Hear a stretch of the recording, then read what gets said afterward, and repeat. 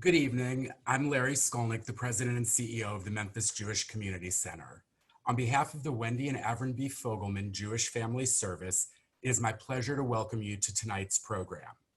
During these unprecedented times, FJFS wants to be of service to you, and what better way than providing information and answering questions to help us all navigate the weeks ahead. Before I introduce tonight's speaker and program, I want to take just a moment to explain how tonight's program will work. All of your connections have been muted to minimize any background noise or disturbances.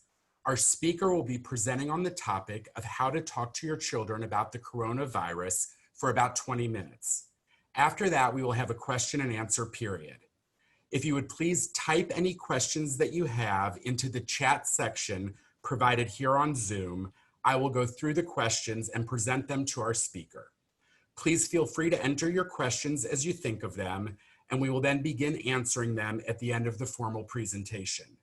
If you are having any trouble with the audio here on Zoom, please adjust the speaker settings on your computer. I also want to remind everyone that Fogelman Jewish Family Service is a resource to all of you, and we are here to assist you in any way possible during the coronavirus pandemic and at all other times. If there is anything at all that we can do to assist you or connect you with needed services, a member of the FJFS team can be reached during our building closure at 901-471-9170, Monday through Friday from 8 a.m. to 5 p.m. It is now my pleasure to introduce Vanessa Akaradolu, a licensed social worker and a licensed school social worker. Vanessa has almost 15 years of experience working with children in a variety of settings and has been working in school settings for over 10 years. Vanessa currently serves as the school counselor for Fogelman Jewish Family Service and splits her time between the Margolin Hebrew Academy and the Bornblum Jewish Community School. Prior to moving to Memphis this past year, she served as a school social worker for the Denver Public Schools. Please join me in welcoming Vanessa. Hello, families. Thank you for coming tonight and listening to my talk about how to talk about students or how to talk to children about the coronavirus. This is unprecedented times, and as we're all trying to feel it out together, I think it's important that we all know that we are a community and we're going to get through this, and we are going to get through this together. How we're going to do that and support our students and our children is kind of the difficult process at this point. So tonight I want to talk about how do we talk to our students in all age groups? How do we age appropriately address this situation with them? And how do we answer their questions and ultimately help them feel safe? I think that children look to adults, they look to us, our children look to us to see how we're reacting, and they model their behavior based on what they see from us. And it's so important for us to be well informed of what's happening and be able to answer any questions that they might have about the coronavirus. I read an article, and we'll also post the articles so you guys can reference them as well. But I read an article where, and I've also heard this from a lot of families as I'm working with families in schools, that this is similar, they're having feelings similar to 9/11. What do we do? This feels so much like how I was feeling during that time. And an article that I read on Forbes magazine said that children who were not talked to about 9/11 showed higher signs of anxiety and worry than children whose parents were communicating with them about what was happening. So I think we can learn lessons from that and definitely have conversations with our kids and tell them what's happening in age appropriate ways so that they'll understand, but at the same time feel safe and protected. I'm going to break down my conversation about preschool, elementary, middle, and high school students, because each of those age groups have different needs. They have different levels of understanding, and we can support them a little bit differently. One of the things I really want to stress that if you have a different array of ages with your kids, definitely talk to the lowest level of understanding and then build in private conversations with your older students, because we don't want to overwhelm our younger kids. We don't want to worry them. We don't want to scare them and make this a traumatic experience. One of the things that we have working for us and against us in today's society is that 24-hour news cycle. So for all ages, I really suggest not having that news going constantly in the background of your home, because even though we don't think our children are watching it, they're taking in a lot of that information and may not be able to appropriately process that information, and maybe thinking things and imagining things that might not necessarily be happening based on their level of understanding of what they're hearing. So one of the big things for all ages is, I would say, keep the news in the evenings after they go to bed or times when they're not around. We want to be the sole source of their information. We want to be able to answer their questions. So we need to be informed as parents and as adults, but we don't want them to be over inundated with information coming from the news. And it's also important, no matter what age you're talking to of your children, the most important thing is to make sure that they feel safe. We always have to end those conversations, begin and end the conversations, is we are doing this to keep you safe. We're having these conversations to keep you safe. All of the strategies that we're implementing with our families is to keep you safe, and adults are working really hard to keep us all safe. And we all have a part in that, for ourselves, for our family, and for our community. Starting with preschool, I myself have a 3-year-old who's over at the ECC. And while I don't think at 3 she necessarily understands what's going on, but she does know that she's not at school right now. And so having those conversations with her about adults are working really hard to keep you safe, and we have to stay home to keep us safe from germs. I really lower the conversation to a basic understanding of germs. She understands that there are bad germs out there, and that is our responsibility to keep us all safe from germs. We have to wash our hands to keep us safe from germs. And one of the things that I implement at home is that we sing when we wash hands, and I don't want to make it a chore. I don't want to make it something that she doesn't like. We started singing Happy Birthday, teaching those hygiene skills for her. But we had to stop singing Happy Birthday because it ended up with her thinking it was her birthday every day. So now we sing Row, Row, Row Your Boat. Sometimes we sing ABCs, but putting a song to it, making it a good experience. She definitely knows when she goes to the restroom, when she eats, when we go into the home, she washes her hands, we sing a song, it's great. I also really emphasize that mommy and daddy and your sisters and you are all doing your part to keep us safe and healthy. And that seems good for her now. One of the things that I would suggest if you have preschool age children is that PBS Kids is a great resource. There's an episode that they have for free streaming of Daniel Gets the Flu. While this pandemic is not the flu, some of the same elements exist and some of the same conversations can come from that. And we can talk about how Daniel Tiger's family kept him safe and how he recovered and how rest is best. All of those things are great for that younger age group of students.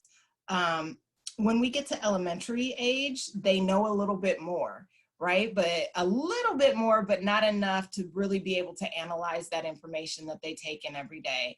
I myself have a 1st grader and a 4th grader, and how I start those conversations is, what do you know about the coronavirus? I always, with any child, you have to see where is their starting point. What do you know?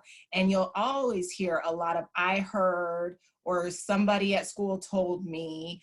And we have to listen to that, and we have to listen to what they say about what they already know. And our job as parents is to really take that information in, correct the misinformation if they have any, and fill in those gaps. Because again, children are processing information at a lower developmental level than adults. And as they're analyzing information, they don't necessarily have the same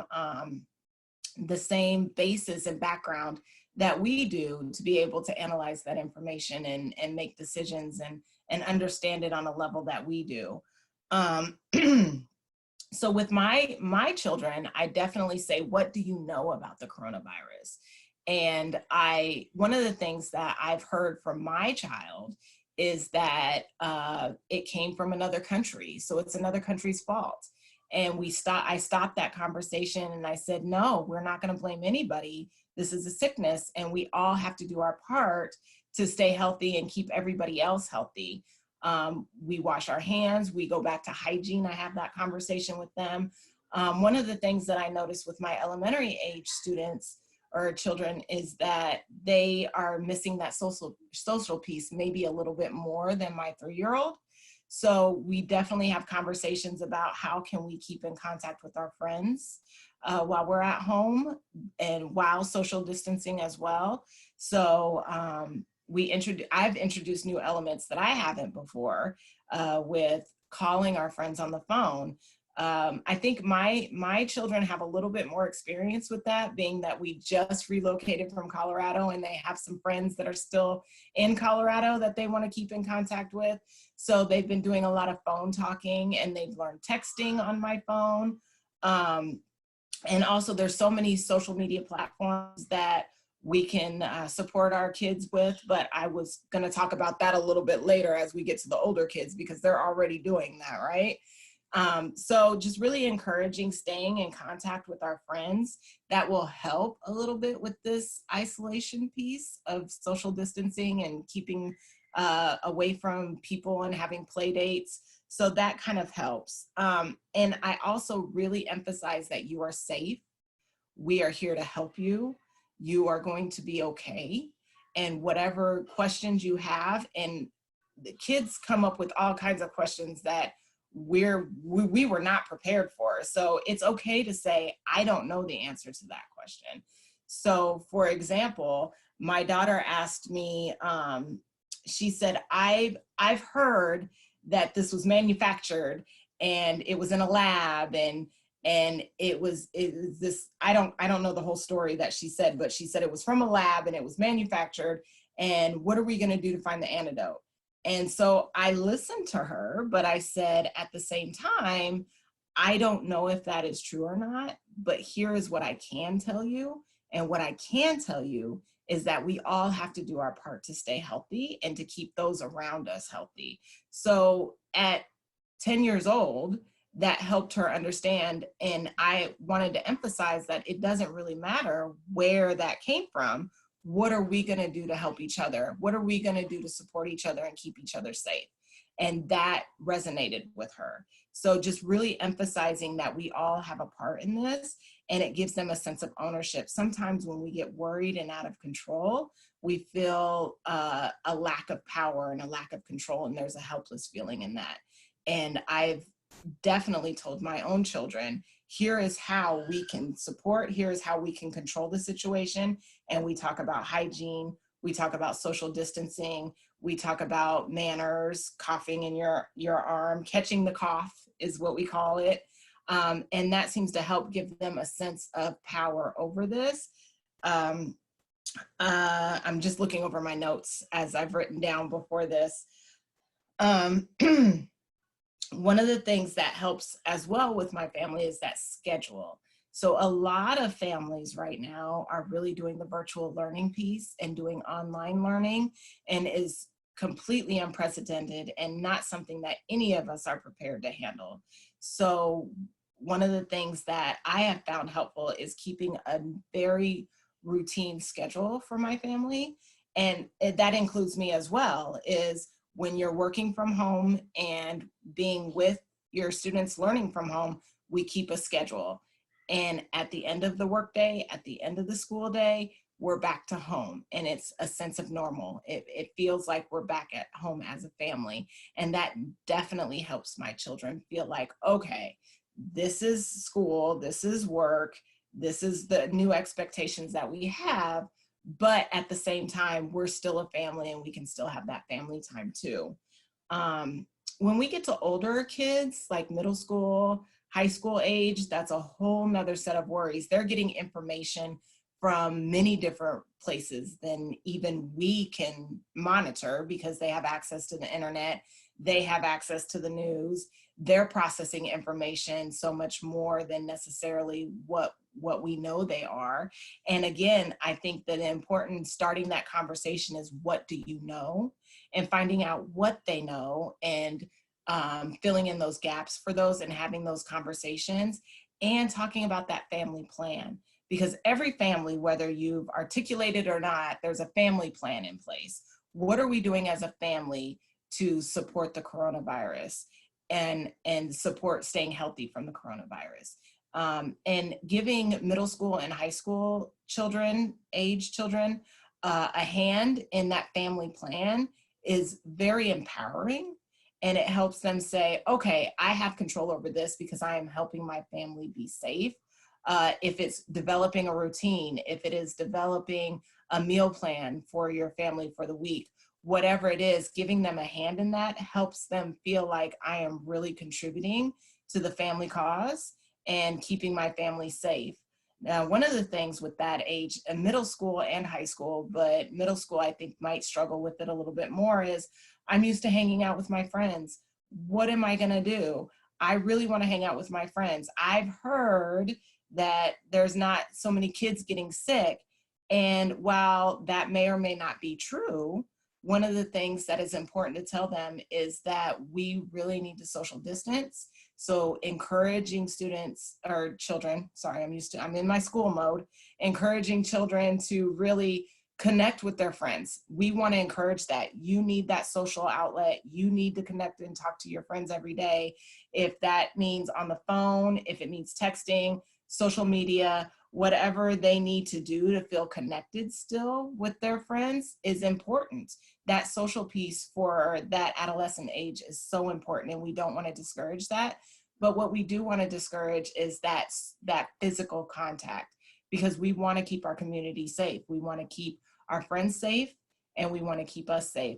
So really encouraging them to set up group chats, set up times where there'll be group calls we can use Zoom or Facebook, or I know that one school is using Teams together. These are all options for them to connect socially outside of school, but not be in the same physical proximity of each other. I'm still looking at my notes, sorry. One of the things that I think is most impactful is those older kids, the high school age kids. I think particularly of the seniors in high school who may or may not be looking forward to prom and graduation and all of those things. I know before I came here to Memphis, I was a high school social worker, and this was the year for our seniors. They had lock-ins, they had dances, they had overnight things that they did together, and all of that had been canceled. And it's kind of a sense of loss. They're feeling like, this was my senior year, this is what I've been looking for, and now I'm not doing that. And really acknowledging that this is a sense of loss for them.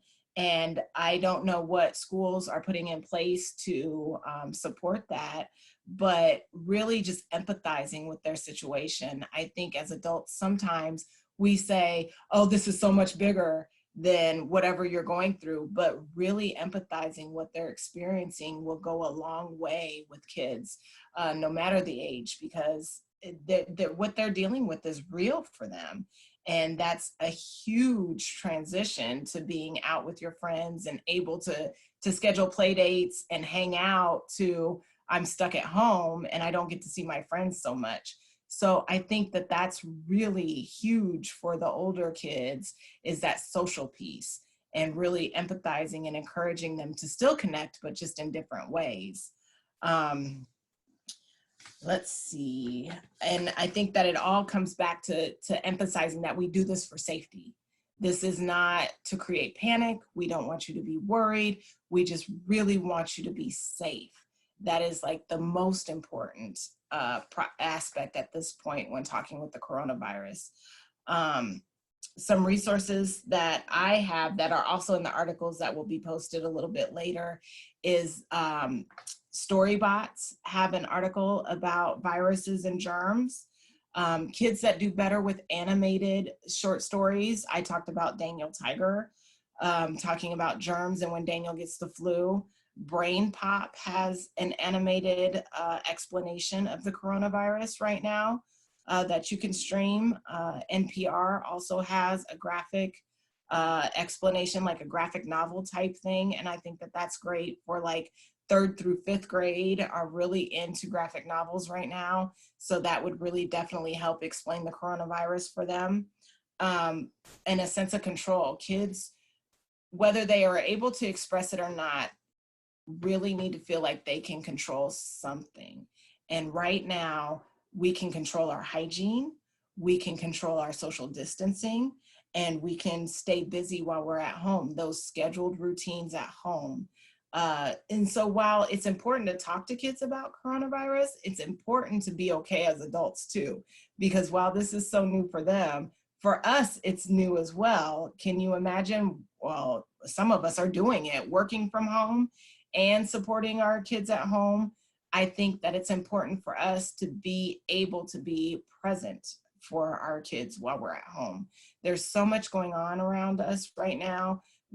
Some suggestions that I have that are working so far for me, I don't know how long it's going to work, but so far it's working for me, is developing that schedule at home. These are the times that I'm working. These are the times that my kids are working. These are the things that we're doing at these times, so everybody knows what to expect, and it's not a sense of chaos. We all have control. We all have routine. Working around naps and playtimes, and also planning the night before. What is my day going to look like tomorrow? How am I going to support my kids tomorrow? And just having like a general outline of what that's going to look like. And I try to wake up a little bit before my kids. Now, my 3-year-old, she is unpredictable. I try to get up before her, but sometimes she beats me to the punch. Definitely getting up and ready to have those conversations, because some things that were okay yesterday might not be okay today, and we might have to have that conversation and be prepared for it. And ending your workday at your normal workday time, because I think that's important for kids, is to know, yes, this is new, this is different, but in the evenings, this is our family time. So I think that that will definitely help in keeping a sense of normalcy at home, but at the same time supporting our kids, because this is a huge transition for them right now. And I don't know if we've ever experienced this before on such a large scale. So I think that these things would definitely be helpful in having conversations. And having one conversation about the coronavirus is not enough. We definitely need to be checking in periodically with our kids to make sure that they're still okay. They haven't had any more questions or thought of anything else that they wanted to talk about, because some kids don't. I mean, you know your child better than anybody else, but I know my children are all different. And one child will ask questions constantly all day long, and one child will hold them in until I ask her if she has any. So just really just checking in, doing a temperature check, seeing how are you doing? How are you feeling? Do you have any questions? Do you have anything that you want to share with me or that you're worried about that we can talk about? Will go definitely a long way in supporting our students. I think, so that's about 20 minutes. I was worried that I wouldn't last that long in having my conversation with you all. So thank you for being patient while I was talking, but I definitely would like to answer any questions. And what I will say is this: if I do not have the answer to a question, I will not pretend to have the answer. I definitely will tell you I don't, and then we'll look it up if I don't. But I will be honest and answer any questions that you might have at this time. Thank you, Vanessa. As the parent of a high schooler, I learned a lot from hearing what you had to say tonight. For anybody that joined us late, I just wanted to let you know, if you have any questions, please go ahead and type those into the chat section, and I'll go through all those questions and make sure that we present them to Vanessa. Let me also mention that any articles or sites that Vanessa referenced tonight while she was talking, all of those links are available on the JCC website under our virtual program section. So please go there to look for those. And if they are not up this evening, they will be up at the latest tomorrow morning. So everything is available there. And I'm going to go ahead now and move on to the question and answer section of this presentation.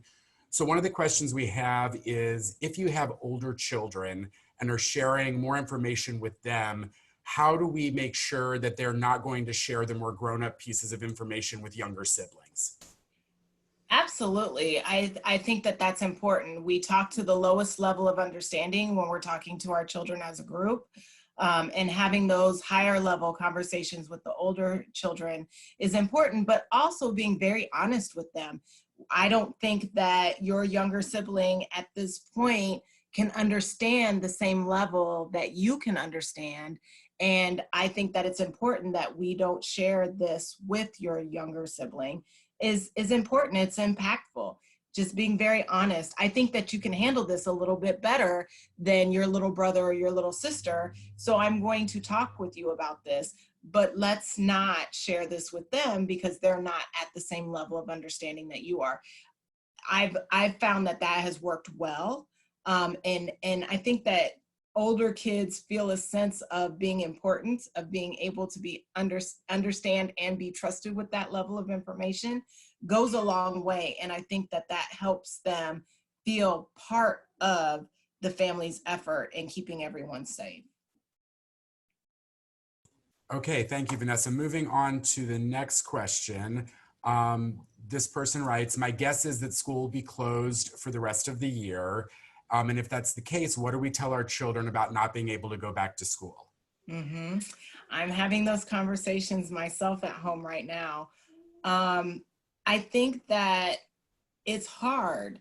School is a place of socializing. A school is a place of a second home for students. And I think really explaining why you can't go back to school. And it's not because of anything that you've done wrong.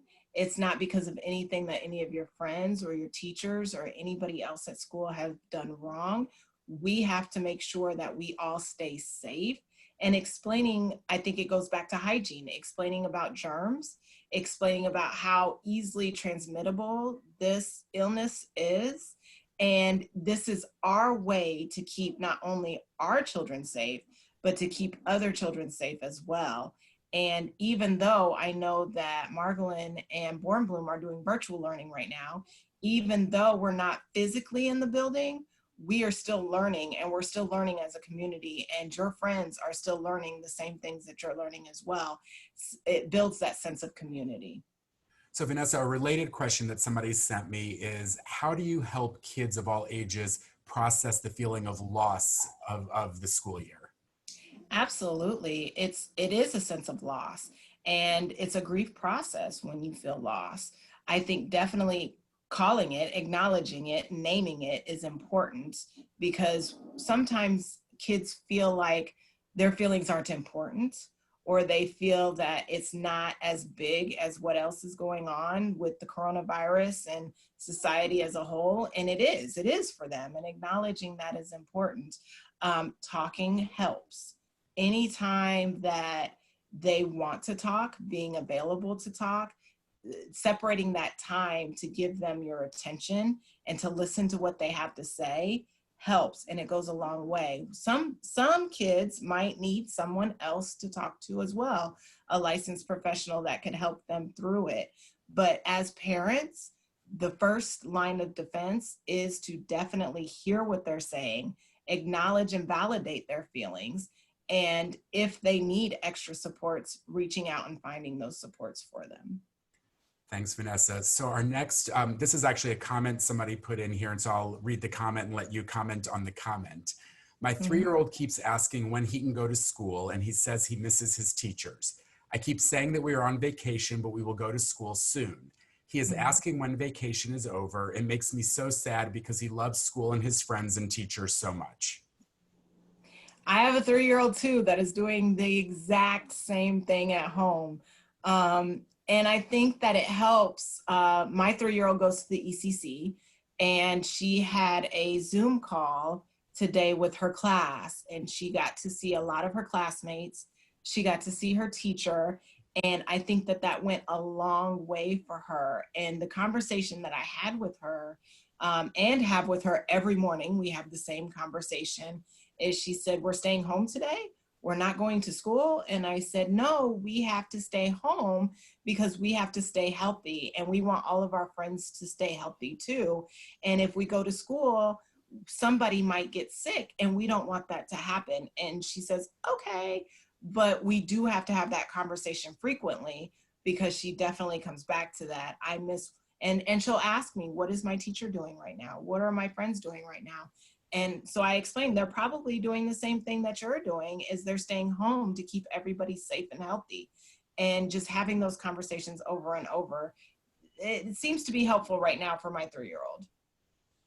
Okay, Vanessa, the next question is thinking ahead when we no longer have to isolate. If our kids are afraid of getting sick, how do we deal with any fear, that any residual fear they have from dealing with the coronavirus pandemic? Again, I think that that definitely goes back to listening and hearing their concerns, because we have been vigilant and will be vigilant for a while about social distancing, washing your hands, staying away from those germs. So definitely they will possibly carry that with them. I think hearing them, acknowledging it, definitely explaining to them what may happen. I mean, we don't know what's going to happen next right now with this pandemic. We're playing it day by day. But if it comes to, we get the all clear and it's okay to go to school, going back to, adults are working really hard to keep you safe. The adults have worked hard. We are safe. We can go back to what we were doing normally. And again, we're hearing them, we're validating those feelings. And if they need some more supports, that's okay too, is really reaching out and getting them those extra supports to work through those fears. Okay, so Vanessa, the next question is, every family isn't fortunate that parents are able to stay home right now. There's still a lot of businesses that are open. People are going to work, they're out and about. And so for those families, there's a fear with parents, because they're in contact with people, of physical contact with their kids, of kissing their kids goodnight, things like that. And so what do you say to parents who feel it's in the best interest of their child's health not to give the bedtime kisses and all of that? How do they talk to their kids about that, and help their children through that? Absolutely. I am fortunate enough that I'm able to work from home right now to support my students, but my husband is not. My husband goes out every day and he's working sometimes 12 hours a day trying to combat his profession in the coronavirus front. And we definitely have those conversations. When I talk about family plans, that is absolutely one of our family plans. Part of our family plan is, when you come into the house, we shower, we wash, we brush teeth, we do all of those things. Nighttime routines, it's great that you ask those questions. I manage those nighttime routines now. But definitely when he comes in the house, he is definitely getting the clothes off of that he had on while he was outside of the house, washing his hands, making sure that he is clean, and he'll give them hugs after that. But definitely nighttime kisses, stories, cuddles, all of that I manage, because I'm the one that's home right now. They seem to be okay with that, but definitely explaining to them, we don't want any germs to come to you. We definitely want you to stay healthy. You are our priority right now. My children, at least, have seemed receptive to that. But having those constant conversations and being open and honest about it, I want you to stay safe. So this is the measure that I'm doing for you right now, will definitely help. Okay, great. Well, listen, Vanessa, thank you very much. I want to remind everybody that this coming Monday, March 23rd at 7 p.m., Fogelman Jewish Family Service will be presenting a virtual program on how to manage stress and anxiety during this stressful time, featuring Rashki Osina, a licensed clinical social worker who serves as FJFS's program manager and lead therapist. Please make sure to join us for this program. I want to thank you all for your participation this evening. Thank you again, Vanessa. Hope everybody has a good night. Please stay safe, and please make sure to continue to stay connected with us here at the MJCC. Thank you. Thanks.